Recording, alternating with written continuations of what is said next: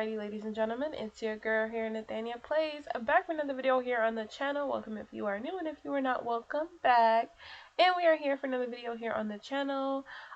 Today I'm going to be doing a base game features that you may have forgotten about, or maybe you didn't even know about it. Okay, so the first feature that I wanted to show you guys is the gender controls. So in CAS, you can choose whether or not you want your sim to be cisgendered, or if you want them to be transgendered, non-gender conforming. I think you can kind of, figure out a way to make that work. So here we have Daniela. She is trans, believe it or not. She is biologically a male, but she has a feminine frame. She dresses in feminine clothing.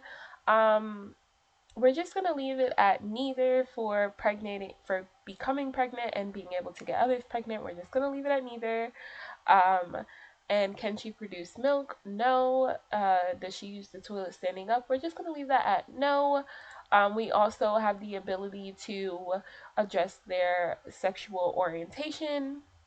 So we can choose whether or not the sim is attracted to men or women, and then we can decide if they want to explore romantically. So if for example, I have it as a man is what she's attracted to. So if a woman tries to seduce her, will she automatically reject it, or may she be interested? I'm gonna let her have some openness, some open-mindedness, and maybe she'll be interested in it. And then this asks if she would I can't talk, if she would mess around with men or women, and I'm gonna leave that as both. And then we also have Anaya here, who again is also transgender. Biologically, she's a female, but the sim has a masculine frame, a masculine clothing, same as far as neither, does not produce milk, and uses the toilet stand. I'm just gonna put no.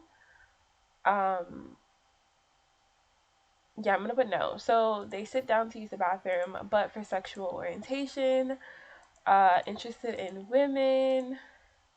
Yes, so that is where we are.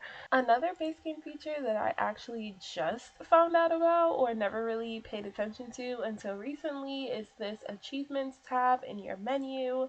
If you click on that, there are tons of achievements that you can have your Sims follow. They even have things like the Black Widow challenge over here, captain of your industry, so just maxing levels in your career. And these are really fun to try out if you're feeling bored with your gameplay, or if you want something new to try.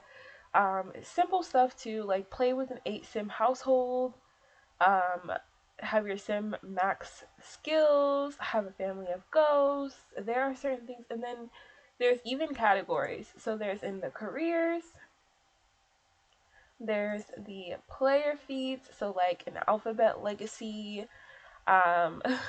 which I would love to try, but I don't know. We have the host with the most, so host over 50 bronze or better social events. Legacy leader, so have 10 households in the world that have been played for 10 generations or more. So chances are that you've done majority of the things that are here, but there might be some things that you haven't tried, so go through it and maybe there's something new. You never know. Speaking of collections, there are so many different collections available in The Sims 4 for your Sims to complete. There's so many, and this is a great challenge. I think James Turner did something similar to this, where I think it was like a Super Sim challenge that he did years and years ago, where you collect all the collectibles and you max out every single skill in the game. So these are all the collectibles that you can do, and how you get to this is you just go to your Sims inventory, and then you click on this diamond icon up on the right hand corner. So you just click that, and it brings you to all of the available collections. So say for example, you have a sim that lives in San Myshuno, and you want to have them collect the posters, all the posters that they collect will be unlocked here. Or say for example you want to do something base game, there are tons of fish in the base game level, so you won't have these, but you'll have all the base game ones, and you can collect every single fish by going fishing. And yeah, you have the frogs. Where are the frogs? I know that that's a good one too. Yep, all the way at the top. So we have all the frogs here, and these are really good if you are doing like a rags to riches series, because you can breed the frogs, and then once you breed them you can sell them, and it can be quite lucrative sometimes. Same with the fish. So yes, this is another base game feature that just doesn't get enough recognition. I also just want to take a minute to point out how absolutely gorgeous the Sims 4 worlds are. Like, this right here is Willow Creek, and it is so pretty. Y'all, look at this. Look at the way the trees are moving and the water is flowing, the birds are flying around, like everything. It's just so pretty. There is so much gorgeous scenery in this game, and I feel like it just does not get the recognition that it deserves. Like, this is literally me just admiring my neighborhood in Willow Creek where my Sims live. That's it.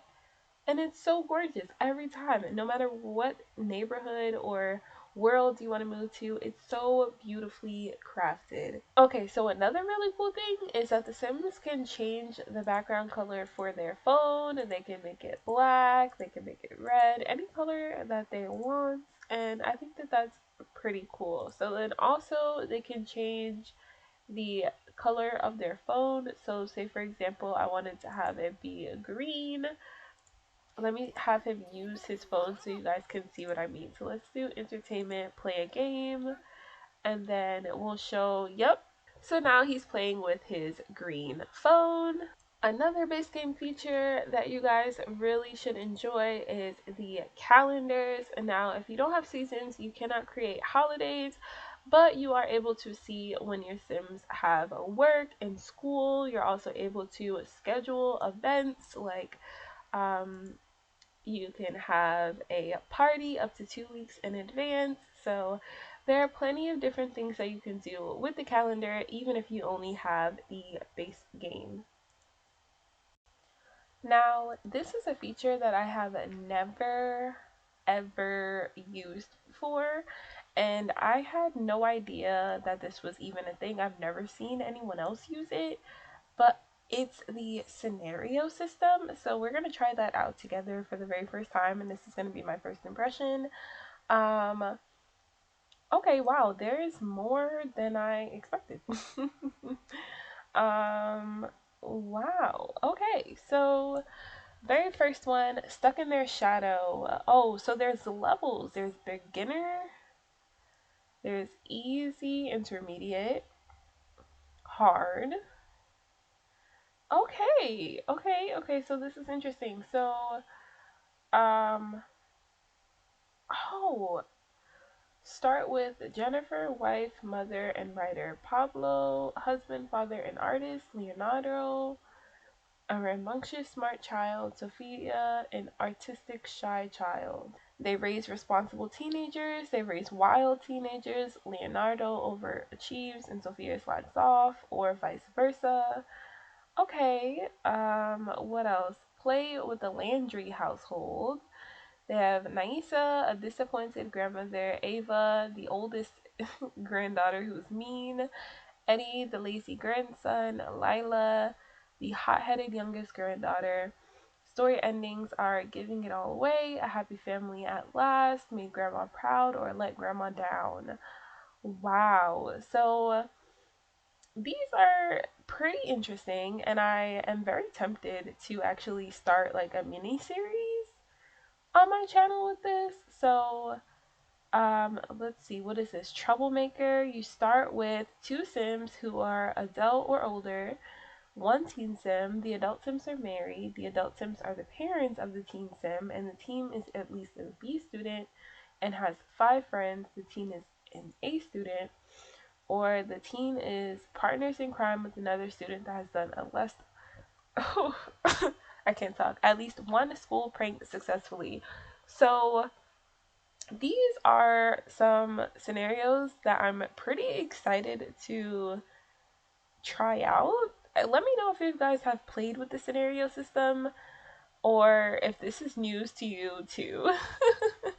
But these are all of the base game features that I have for you guys today. Let me know if you guys play with these features often or if you forgot about them just like I did. And yeah, I'll see you guys in the next video. Bye!